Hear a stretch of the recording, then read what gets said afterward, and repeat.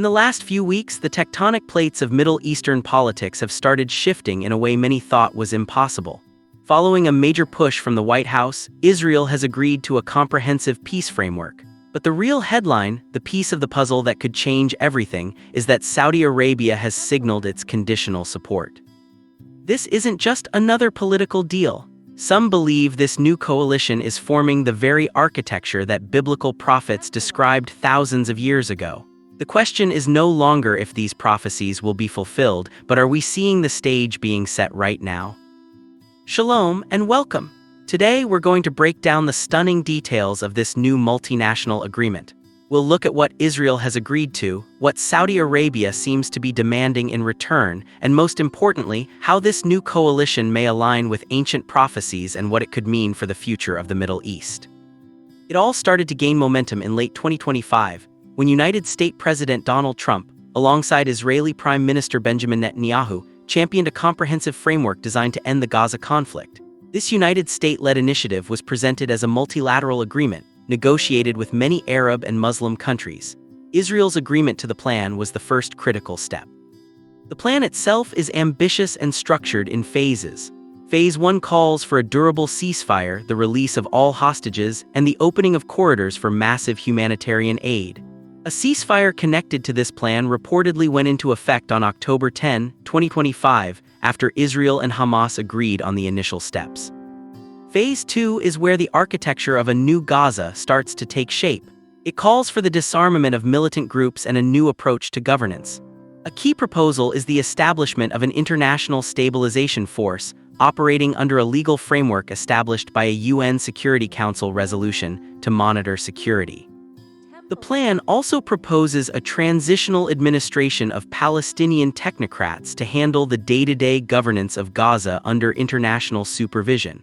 It's all designed to create what the plan calls a de-radicalized terror-free zone that does not pose a threat to its neighbors.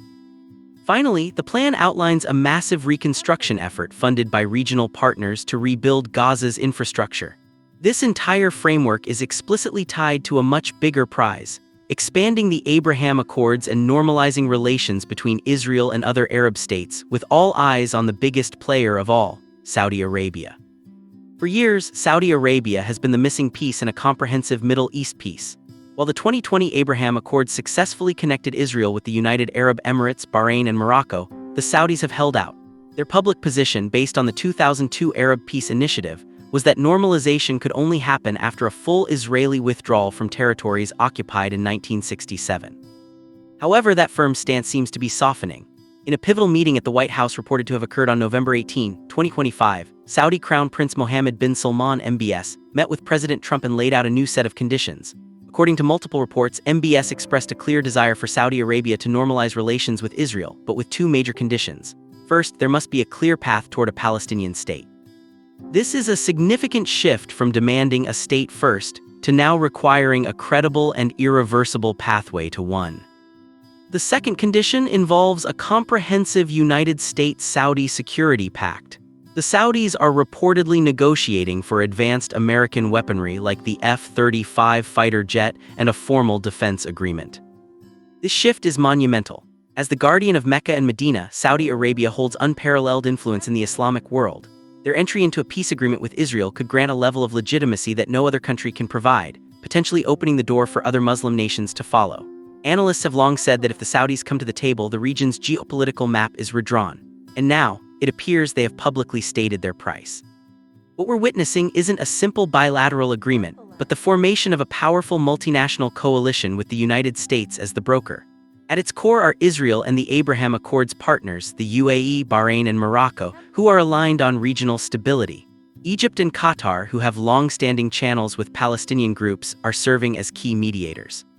Saudi Arabia is poised to step in as both a great validator and a major financial contributor to Gaza's reconstruction. This emerging alliance shares a common strategic interest, countering the influence of Iran and its proxies. The timing is no accident. Increased hostilities between Israel and Iran earlier in 2025 have created a new sense of urgency for this regional security architecture.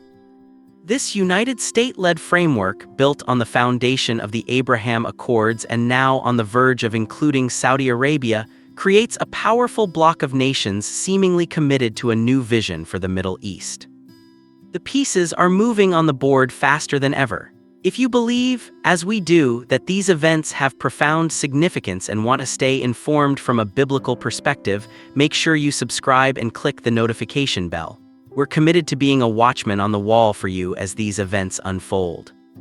So, where does this leave us in light of biblical prophecy? For many students of the Bible, these developments are sending chills down their spines. They appear to be setting the stage for what some believe is the fulfillment of one of the most specific prophecies in Scripture, the 70th week of Daniel. In the book of Daniel, chapter 9, the angel Gabriel gives Daniel a prophecy about his people, the Jews, and the city of Jerusalem. The prophecy outlines a 70-week period, which many scholars interpret as 70 periods of 7 years for a total of 490 years. Verses 24 to 26 describe the first 69 weeks, which many scholars believe culminated in the arrival and cutting off of the Messiah, Jesus Christ. But it's verse 27 that has captivated prophecy watchers for centuries. It reads, "And he will confirm a covenant with many for 1 week." This he is believed by many who follow this interpretation to be a future world leader, often called the Antichrist. The prophecy states he will confirm a covenant or a treaty with many. This is where current events become so compelling. The emerging peace deal is not a bilateral treaty. It is a multinational pact involving Israel, the United States, and a coalition of many Arab nations. Furthermore, the language is specific. The Hebrew word for confirm is gabar, which can mean to make strong or strengthen. Many Bible teachers interpret this to mean that this future leader won't create a treaty from scratch but will instead confirm or strengthen a pre-existing one. The Abraham Accords, with the potential addition of Saudi Arabia, provides exactly this kind of foundational framework that could one day be confirmed. According to a common interpretation within dispensationalist theology, there is a gap between the 69th week, which ended with Christ, and the final 70th week. This gap is known as the Church Age, the period we're living in now. The final week, that 7-year period, is believed to begin when that future leader confirms the covenant with Israel and the many. It's critical to understand that the current diplomatic maneuvers are not the covenant itself. Instead, they could be seen as the potential scaffolding being erected for its eventual fulfillment.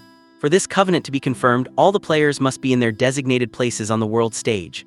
For decades, a comprehensive peace treaty including the major Arab powers seemed impossible. But now the nations are aligning. The framework is being built.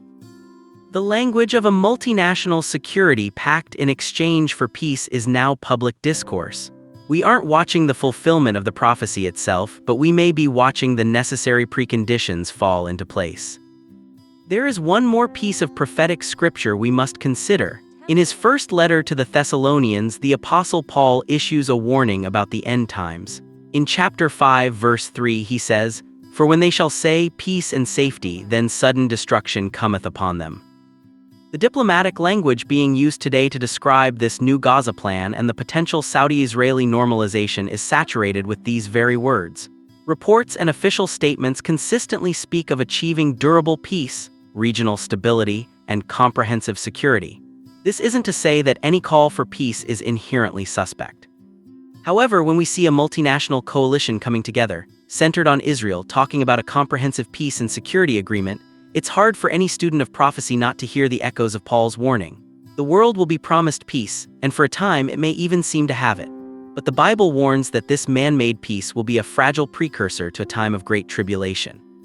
So what have we seen? A stunning geopolitical shift. A comprehensive United States-led peace plan for Gaza has been agreed to by Israel. Saudi Arabia, a key player in the Arab world, has laid out its conditions for joining this new architecture of peace, making what was once unthinkable now a tangible possibility.